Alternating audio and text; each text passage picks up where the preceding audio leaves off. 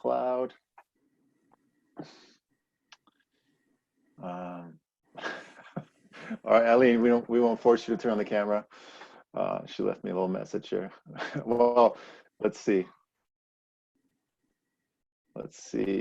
Well, Eileen, you put the message out to everybody, so I'm just going to say it. She said, no, I can't turn on the camera. I'm still in bed. So we got you.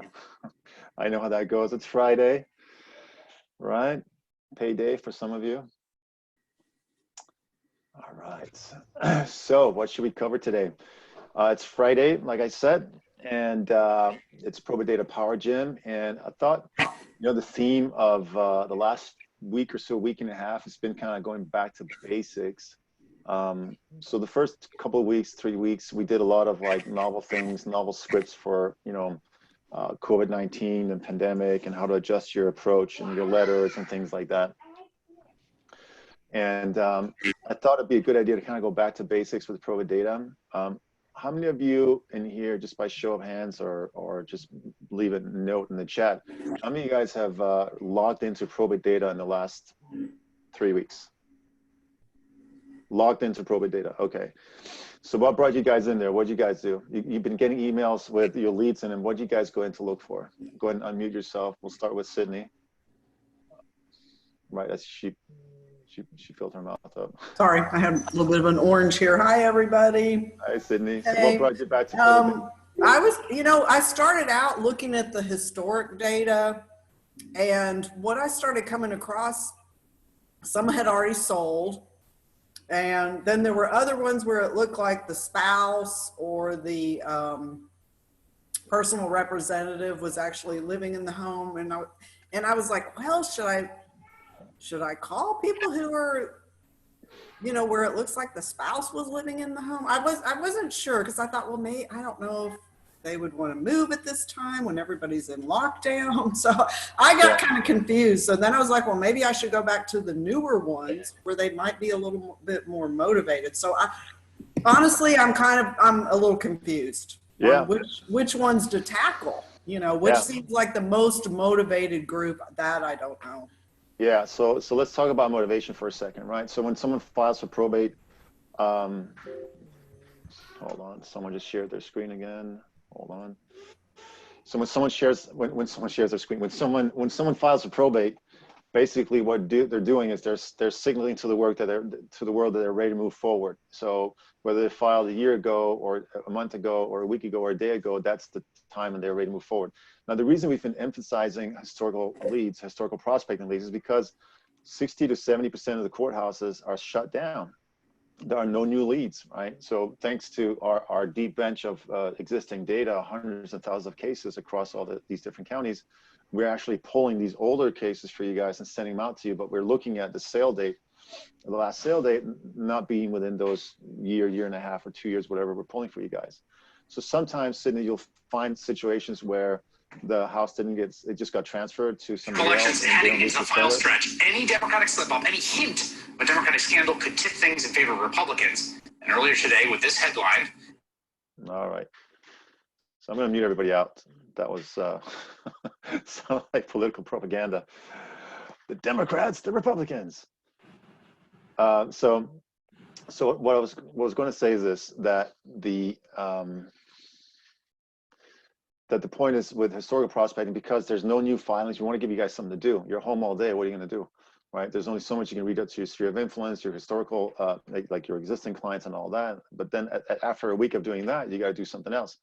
So Sydney, sometimes you'll find that some of these people have settled their estate, but then didn't necessarily need to sell the real estate, and that happens from time to time. But what I encourage you to do is call in the ones where it's pretty certain that there's still an opportunity to sell the property, and the ones where it's uncertain, you just call and ask. You're not calling to say, can I list the property? You just call and check in and say, hey, I noticed that this property may not have sold in the last 2 years, and I know as you opened a case like a year and a half ago. Just checking in, you're all set, you're good with the estate, and is case closed for you? Or do you need any help with the real estate? That's all you're doing, right? So you're not saying, give me the listing. You're not calling like you do in new files where you're saying, I know you need to sell the property, how can I help you? It's two different types of conversations. So let's see from someone else who had logged into ProbateData recently. I want to know what your reasons were for logging in. Josephine, go ahead. I'm going to unmute you. Can you hear me? Yeah, we got you. Go ahead. I reached 2 attorneys in the past 2 weeks. One is going to get back to me, and I sent one an email yesterday. So some of them seem to be coming into our office. Yeah. So you logged into ProbateData to find attorney leads, basically, or find attorneys in your No, area? I was working on the older leads that you sent. Okay. Got you. Okay. By the way, that brings up, thanks for bringing that out, Josephine. That brings up a good possible strategy.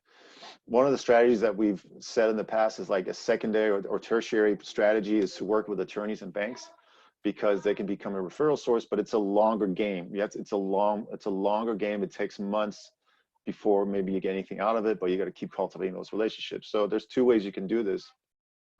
Number one is like you keep prospecting with the PRs, whether they're fresher leads or older leads.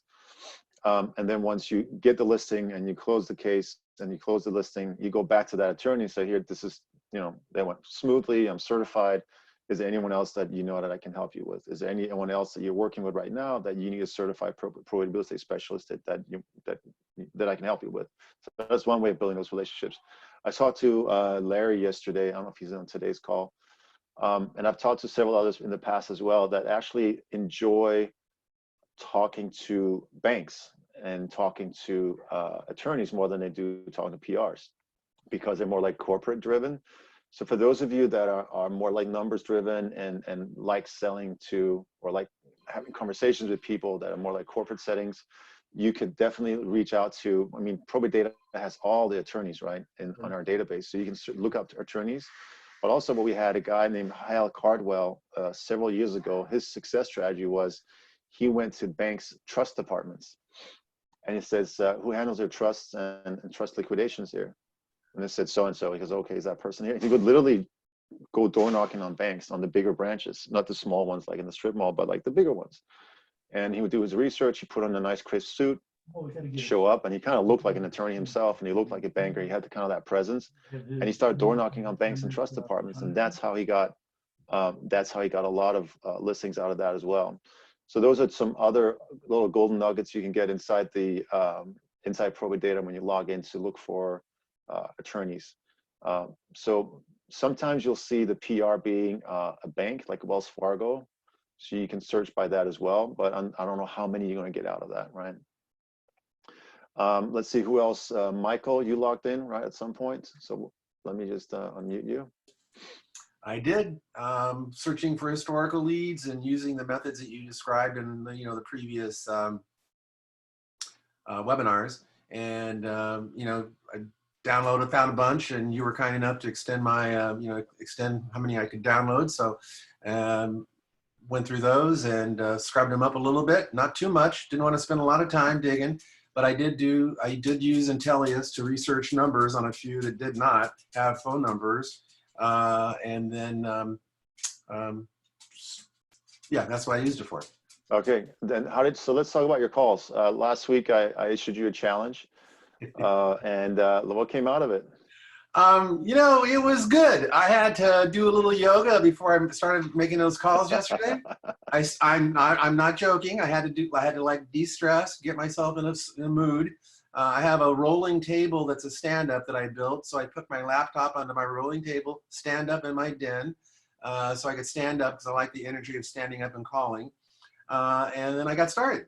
And I broke down my golden leads list into 4 segments based on when I've researched, or when you've sent me stuff, or when I've researched. So I have them categorized as GL 1, 2, 3, and 4. So I started with GL 1, golden leads 1. And those are the most recent. Overall, I think it was great. I had only one person who was negative, and I'll talk about that in a minute. Oh, nice. So yeah, because I really want to. I think that's important. It was learning for me when I encountered that person, and I think it's also maybe good to share. So there was one lady. Anyway, there was one lady who was reluctant at first, but then started chatting, and she said that her and her mom basically filed on the same day, And actually, I had talked to her mom like 2 calls earlier. She was on my same list, and she opened up and said, you know, I'm not on speaking terms with her mom. I don't think she loves me. My brother recently died. The man who's in probate, they can't find his death certificate. I don't even know if he really died or not.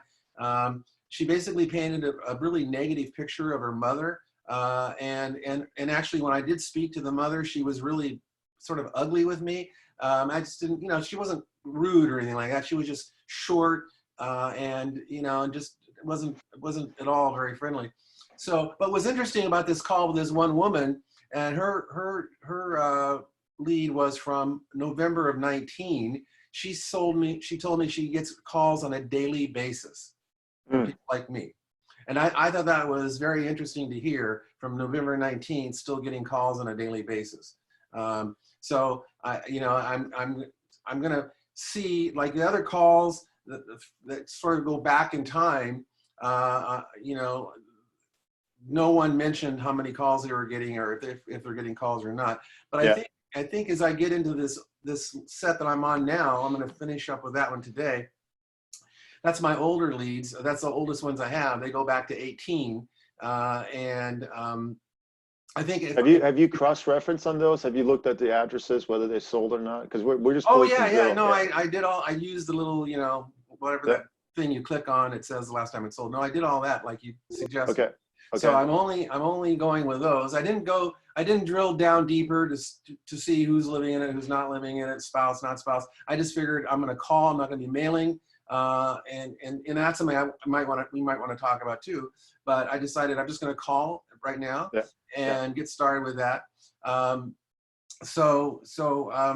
Anyway, that was positive. Now, and all in all, there was one guy who said he was in the final stages of his probate.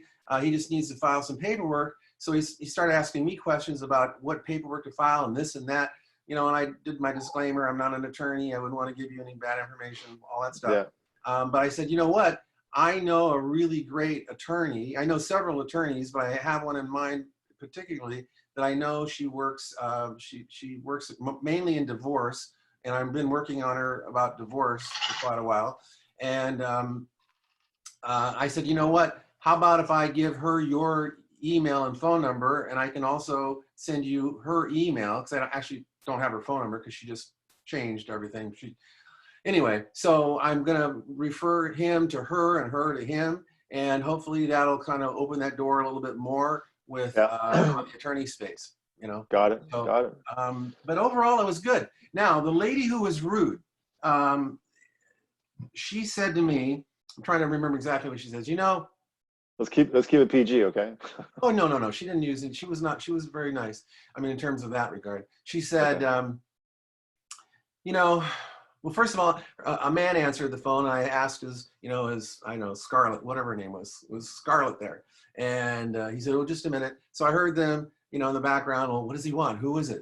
You know, that kind of thing. And so I'm thinking, oh, okay, she's going to come to me. And so she came and she says, you know, I think your call is rude and inappropriate, and please don't call me anymore. Take me off your list. And, you know, I just said, okay, no problem. You know, happy to take you off my list. Not a problem. And I thought, well, so later on, after reflecting upon my calls, I thought, you know, there's an opportunity for, you know, it's about mindset, right? So there's an opportunity for, well, now, okay, now am I going to go into objection handling and go with her and, you know, do an active listening thing like, oh man, yeah, I hear you. It must be really aggravating to get calls like this, and, you know, that kind of thing. And so I have dialogue around all that.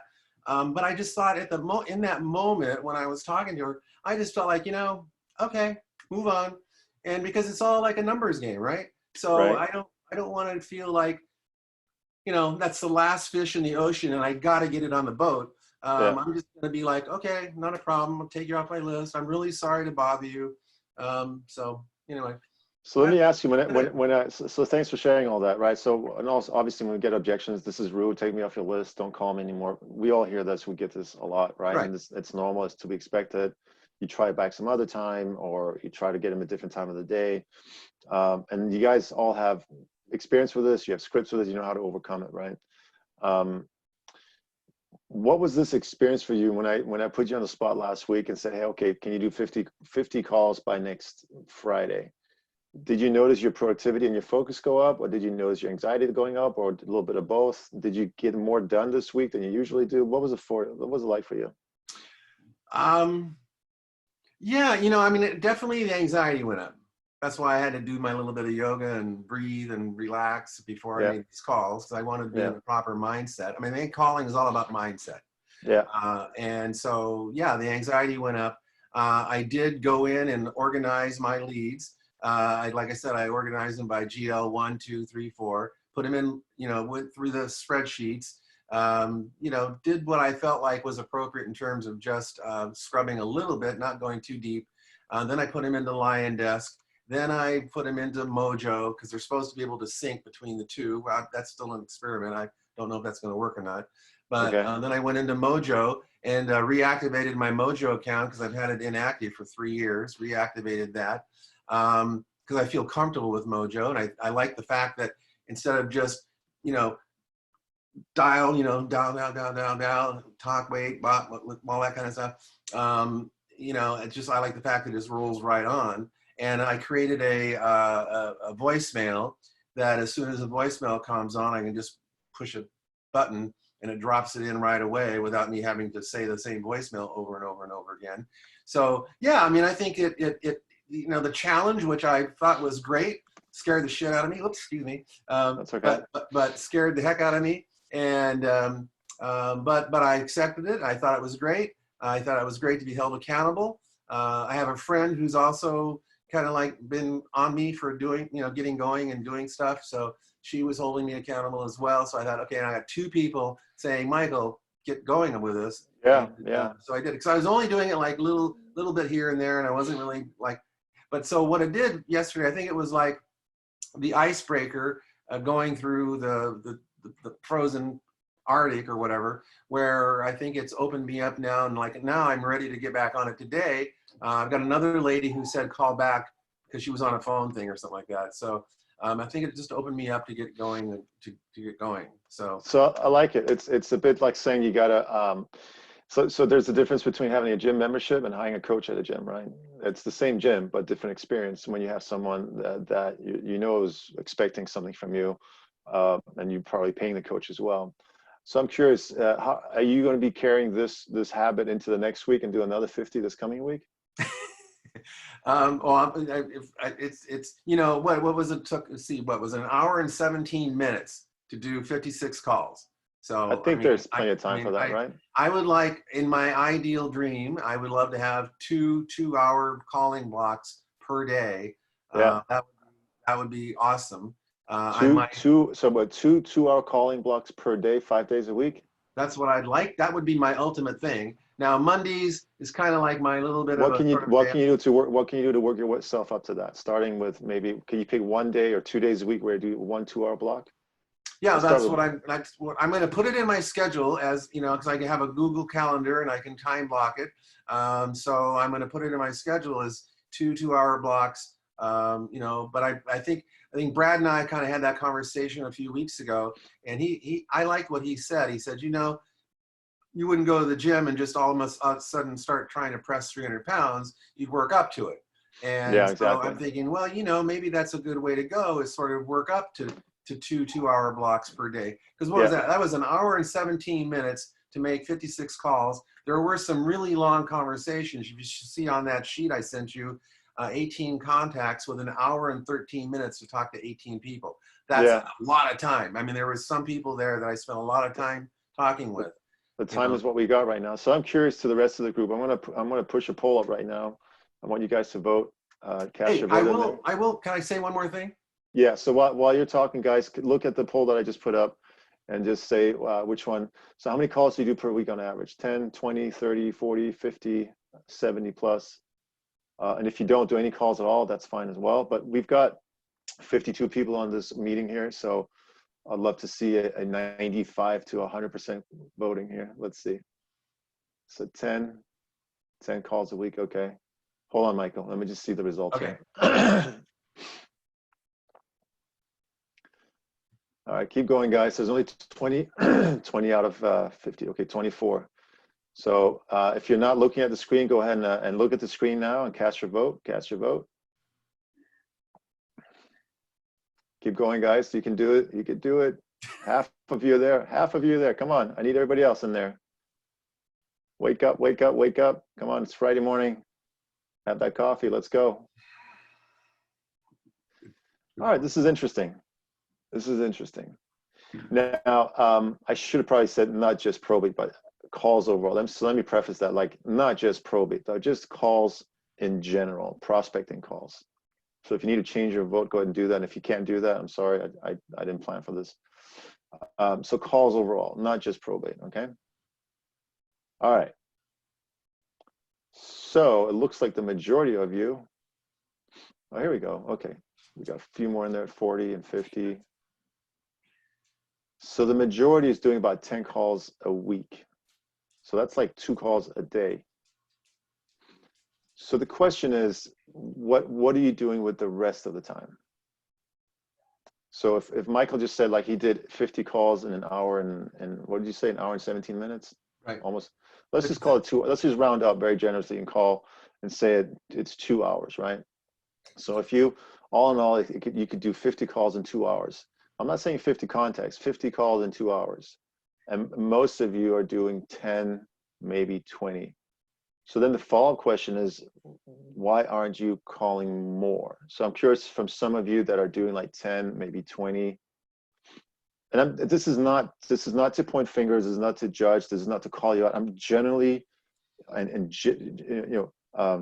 genuinely, that's the word I'm looking for, genuinely curious and interested in what a day in your life looks like when you're running your business from home. Because I'm going somewhere with this, but I want to get feedback from all of you. So those of you, some of you that are doing 10 calls a week or 20, just unmute yourself. Okay, Sydney, go ahead. Hi. Well, a couple things. First of all, it takes me a while to research some of these to figure out if they're up for sale, if where they are in the process, especially on some of the historical data. If who's living there now, has it looked like it's already gotten transferred into the new person's name, whether it's the spouse or the PR. So it takes me a while sometimes to just do the backup work. To do the call, well, I get a lot of voicemail, Mm-hmm. I really don't get too many live people. You would not believe, so the brokerage that I work at is a pretty large brokerage up here in, I'm in Northwest Houston, Texas. And I don't know if the brokers are just freaking out or what, but we have meetings scheduled, Zoom meetings all day.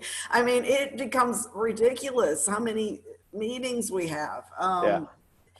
And they really are pretty unproductive. I just got out of one today that was right before this. It was kind of a check-in from our broker, wanting to kind of see how everybody's doing. And yeah.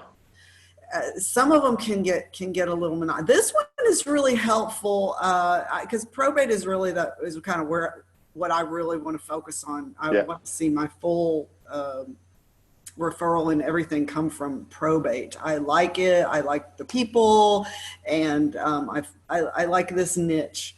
So that's just my experience. Yeah. No, I think that makes a lot of sense. Is it okay if I challenge you on one thing that you said? Is that okay? Sure. So I would challenge you to look at, or encourage you to look at, how much time you spend researching on whether the property is, what name and ownership, who lives there, when it was transferred and all that.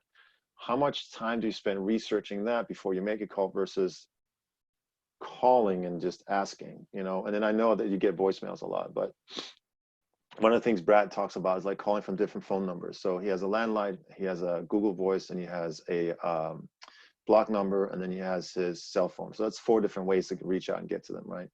And sometimes I think there's ways you can look up if the phone number is a cell phone.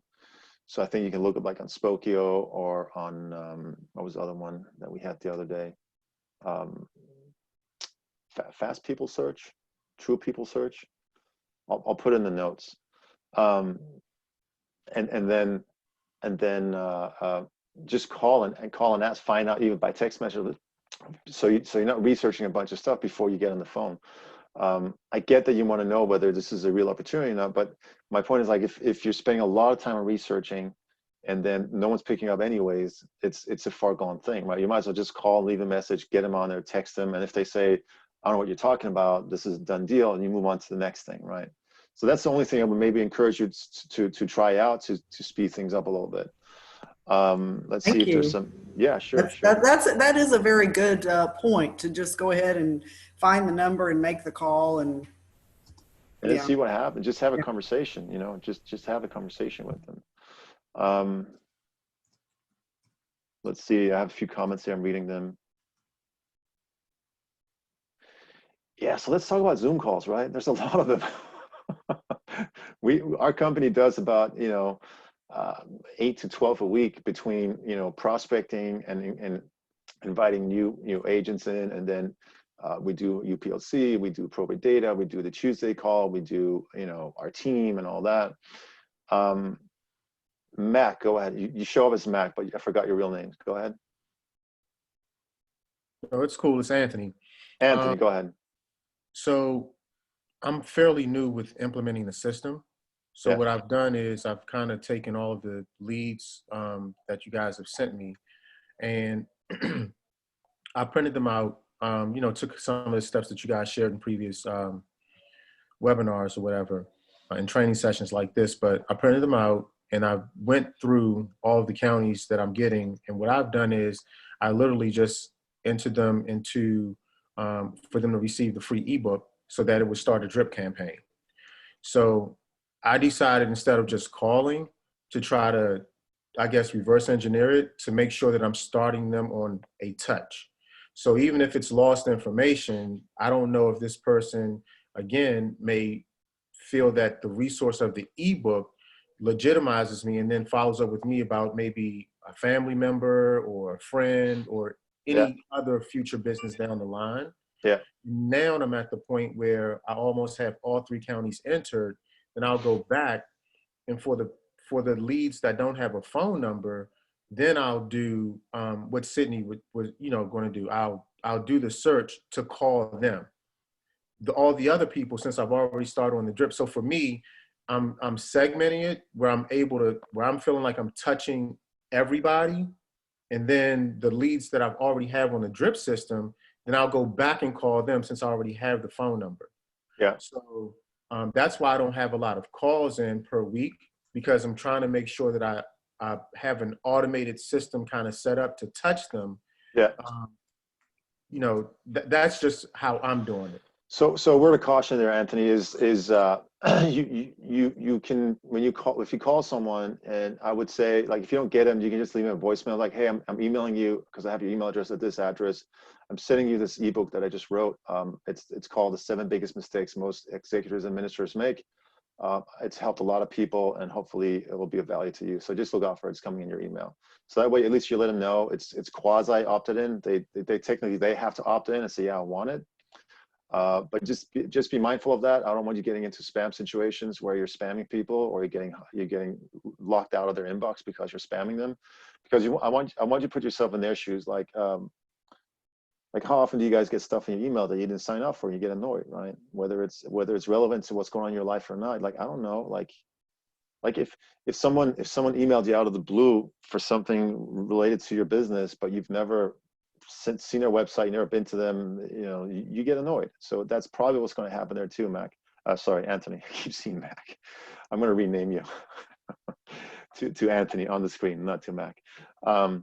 So keep that in mind, right? So just keep that in mind. Put yourself in their shoes. I think texting is really important too.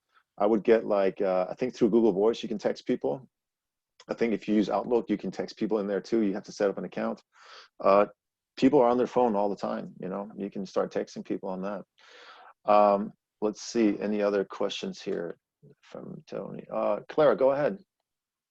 I was referring to what Sydney had said before. We also have in our company, as of recently, we have a new platform that is being instituted, and it takes a long time to learn it. So between that and some other coaching classes, it's taking a little bit longer. Now, with the last,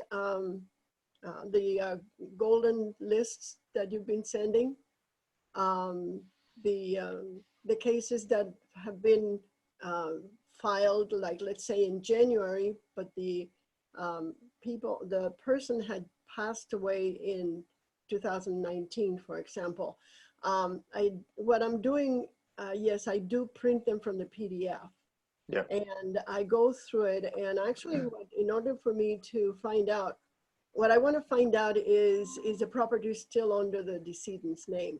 So I go into the title company website, look it up. And actually I have two that I had started to work with that I did find that even though they filed in January, the property is still under the decedents.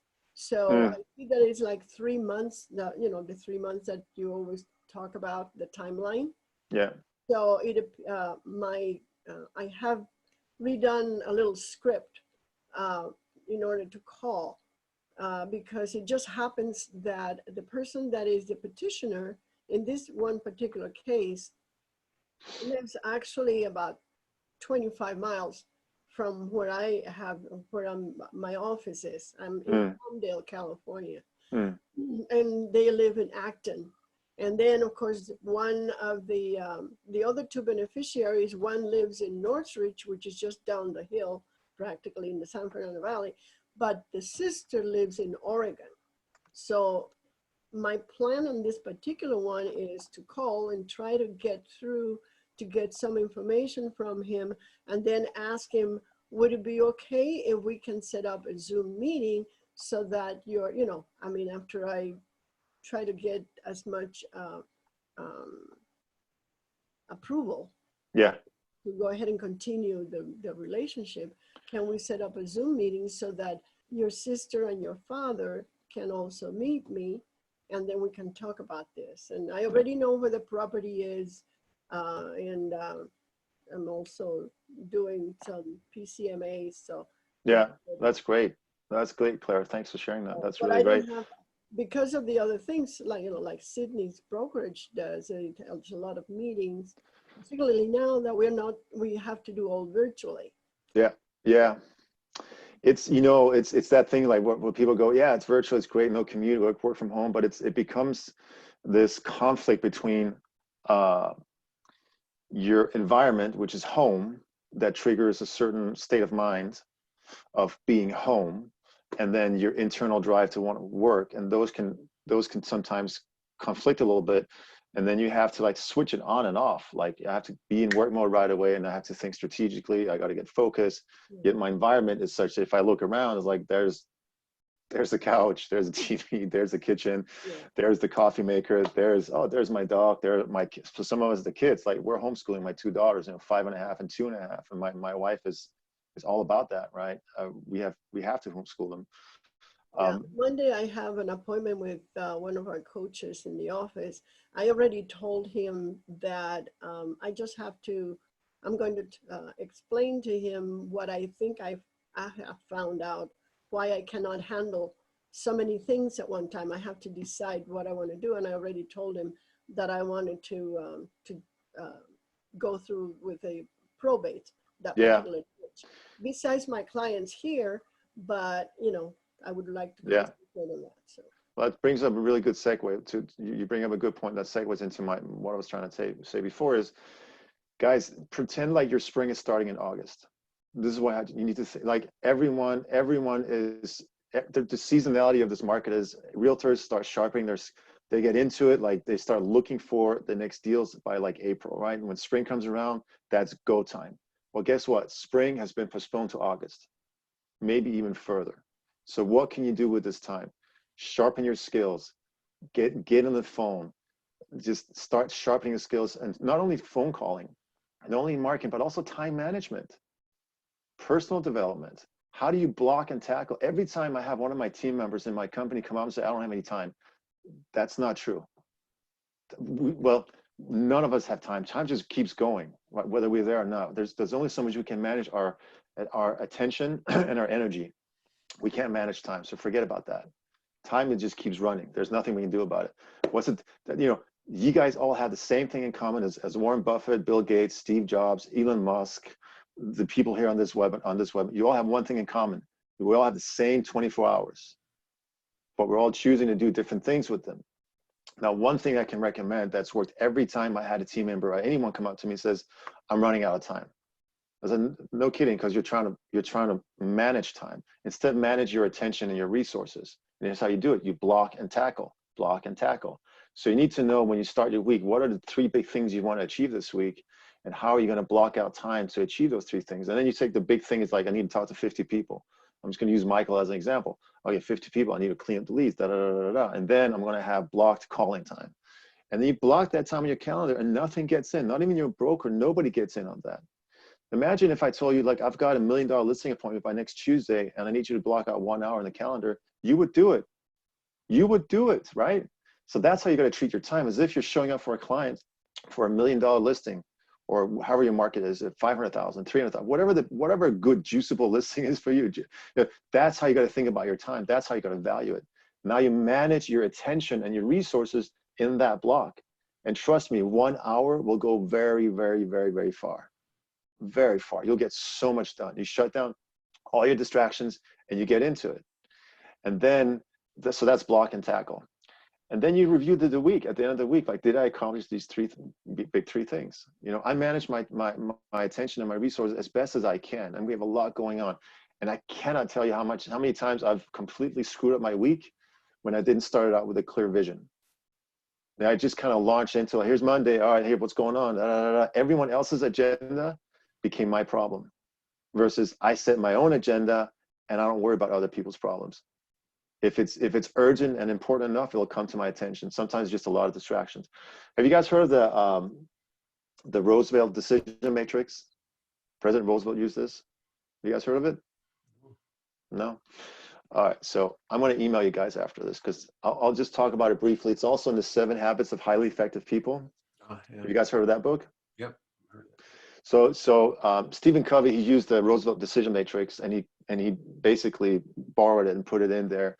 And I believe one of them is this decision matrix, where you have, if you kind of go across on the top, you have important and not important, and then on the down the side you have urgent and not urgent.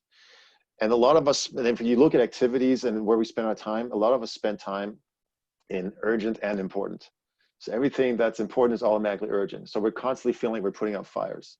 And then the backlash is we go to doing nothing. We're doing nothing that's important, but we're feeling like it's urgent. So we're spending time online, and we're spending time on binge watching or whatever, right? So I would look it up. Actually, if you give me a second, I can look it up for you and I show you what it is. Decision matrix. There we go.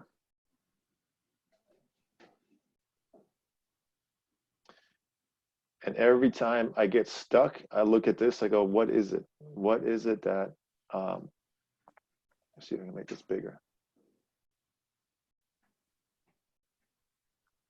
Boop, boop, boop. Why am I stuck? What's so important or urgent about this?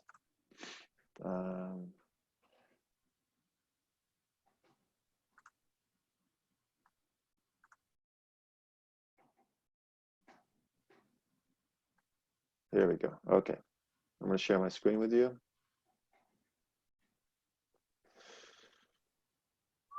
There we go. Y'all see my screen? Okay, I'm going to put this in the chat box too, so you guys can download it. This is from a website called The Art of Manliness. It talks about, this whole article is about decision making. So let me just put this in the chat.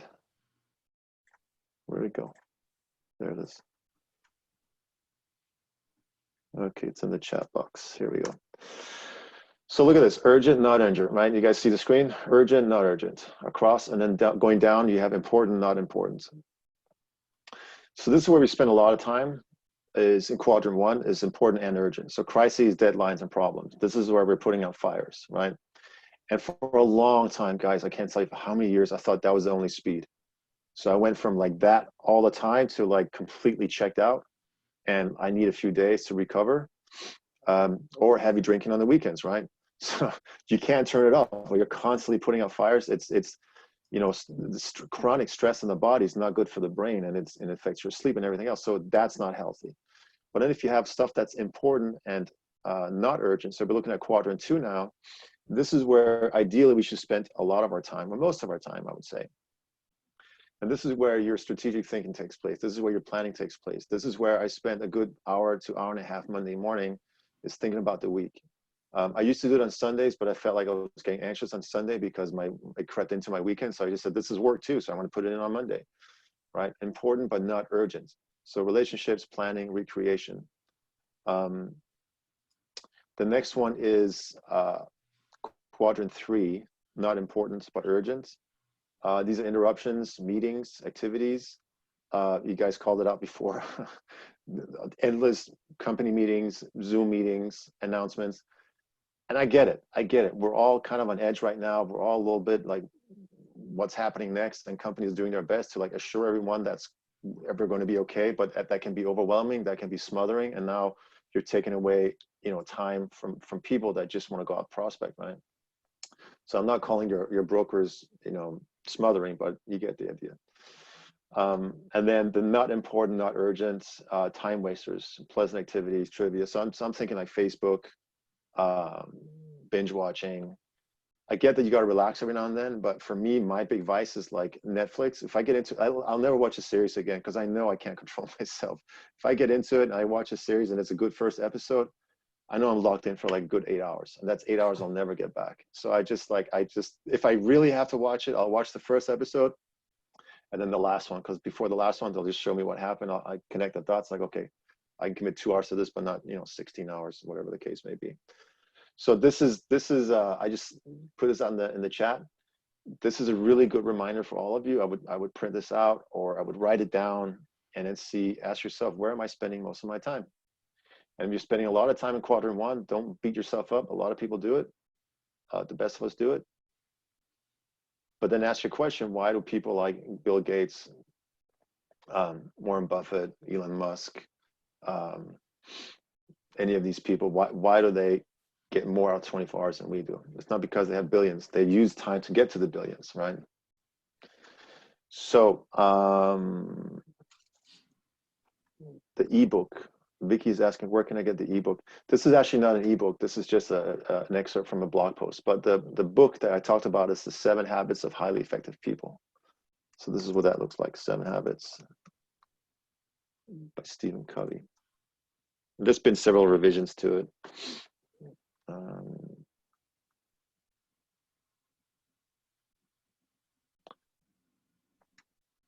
How many have read this book, by the way?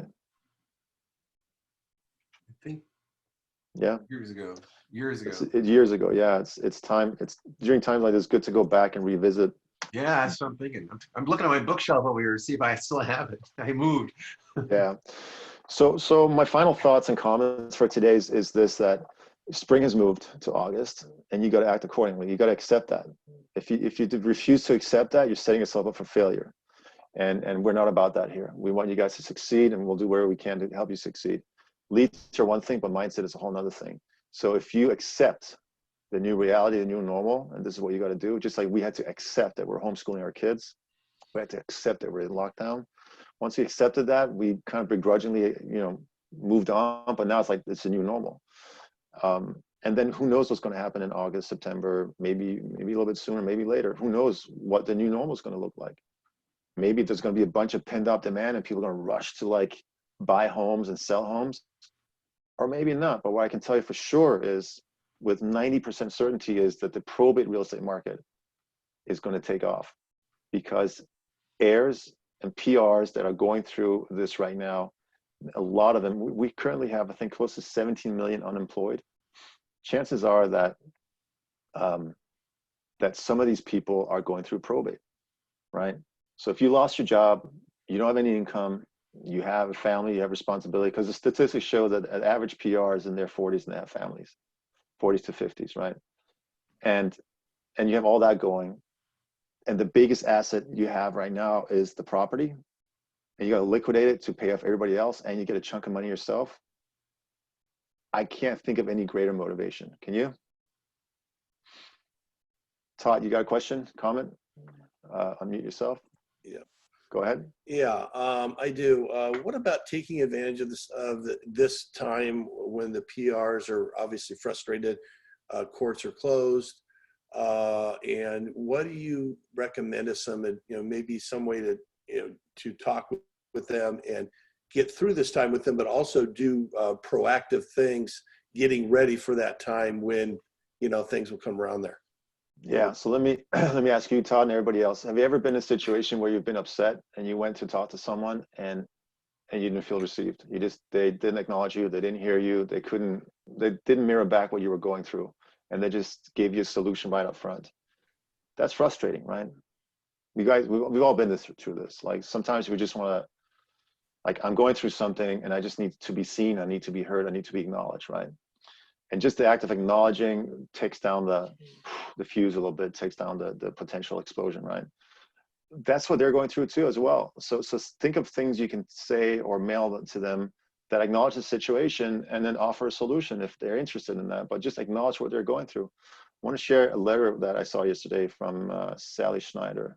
She doesn't have ProbateData. She's out in Kentucky. She has to figure out her leads herself. And what she's using her time to do is actually reach out and build empathy with PRs, right? And she's given me permission to share this. So if it's okay with you, I'll share it. Are you guys interested in seeing it? Okay. I'm seeing some head bobbing. Either listening to music or are you saying yes? Here we go.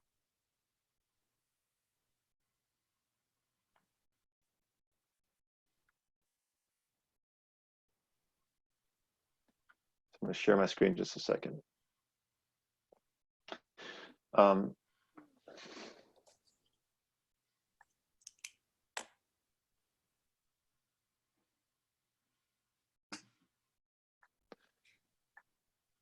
right, you guys can all see it?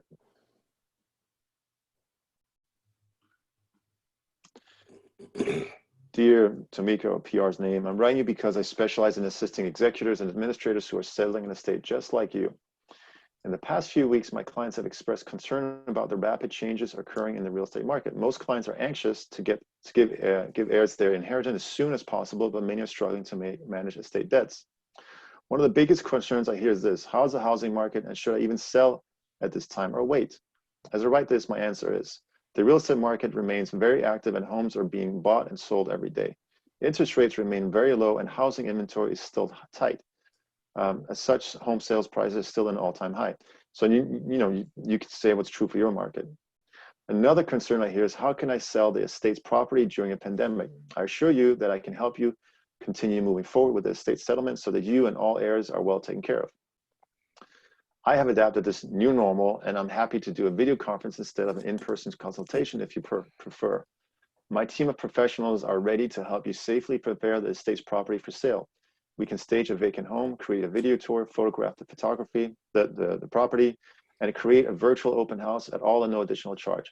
Use my resources to help you sell the estate property for top dollar. I offer, so she's part of our Ultimate Probate Lead Converter, UPLC. I offer a free probate ebook to help you understand all of your options so that you can have confidence that you're making the right decisions. Go to my website for your free copy. Thanks for your time. I'm here to help. So do you guys see where this is going? It's not really talking about, can I list your house? It's more about, I'm acknowledging what's going on. These are some of the questions I'm hearing. You might be thinking about it too. And I'm happy to help. Does that make sense, Todd? Okay. Hey, John. All right, guys. Yeah. Yeah. Michael, go ahead. Can I talk a little bit more about my calling thing? Yes, let's finish it off with that. Go ahead. Okay. So I would say that my biggest stumbling block, my biggest hurdle that I had to get over to start making the calls was, what am I going to say? What am I going to say to open up? I mean, after the first paragraph, I kind of know where to go, you know, offering help, value, and all that. But what am I going to open with? So I went back and found your video just recently, and I basically stole it. Good. Which was great. So I opened like this. Hi, is this Jonathan? Yes. Hey, Jonathan, my name is Michael. You don't know me, and I'm not here to sell you anything, but I'm a probate specialist here in Orange County, you know, and I got so much time on my hands, decided I was going to go back and look at old probate listings, and your name came up. And I just wanted to see, how's everything going? Do you need any help? I'm happy to talk to you about anything. How can I help? Beautiful. Love it. That was your opening, and how did That's that go? basically, yeah. I mean, you know, give or take a couple things. I never wrote it down. Yeah. I just go for it. Yeah. But that's it. And I thought it was great because what you said on your video was sort of like that. Hey, you don't know me. Hey, my name's Jonathan. You don't know me. I added that other part about I'm not here to sell you anything. Because that's one of my fears. Somebody's like, oh my God, they're trying to sell me something. But maybe they didn't have that until you put it in their head. So I would encourage you not to mention that. Okay, maybe I won't. But Yeah, but anyway, I just thought it resonated with me the way you said that, because it just. So I just thought I was going to adapt that into my own phrase, and you know, and I didn't get any pushback on that at all. I didn't feel any negativity coming through the other end of the phone about it. Beautiful. I just felt like it was a great way to open, so I just continued on with that through my whole calling session. Beautiful. So, That's anyway. awesome. I love it. Thanks for sharing that. That was good. All right, guys, we're almost at the top of the hour. I want to thank you for showing up today. Thank you for all your questions and your participation. We'll do another one next Friday. Michael, which video was that? Was that from? That was, I think that was like last Friday's probate data. It might have been. It was that there was a lady who asked you the question, and you responded, and I think she was from Florida, or I can't. Not so I'm gonna post our YouTube channel here. YouTube.com. It was good though. ProbateData. So Michelle, you just asked me which video was that. Would love to watch it. So if you go to youtube.com/ProbateData, you can see our playlist there. I record everything that I do for these calls, that I put it up there. It's just going to go under the webinar section, highest rated webinars, and you can also see some interviews I've done with other agents there. I've interviewed 4 different agents on how they've been doing, but these are older interviews. This is pre-pandemic. I'm looking at interviewing Deborah Blue in the next week or so.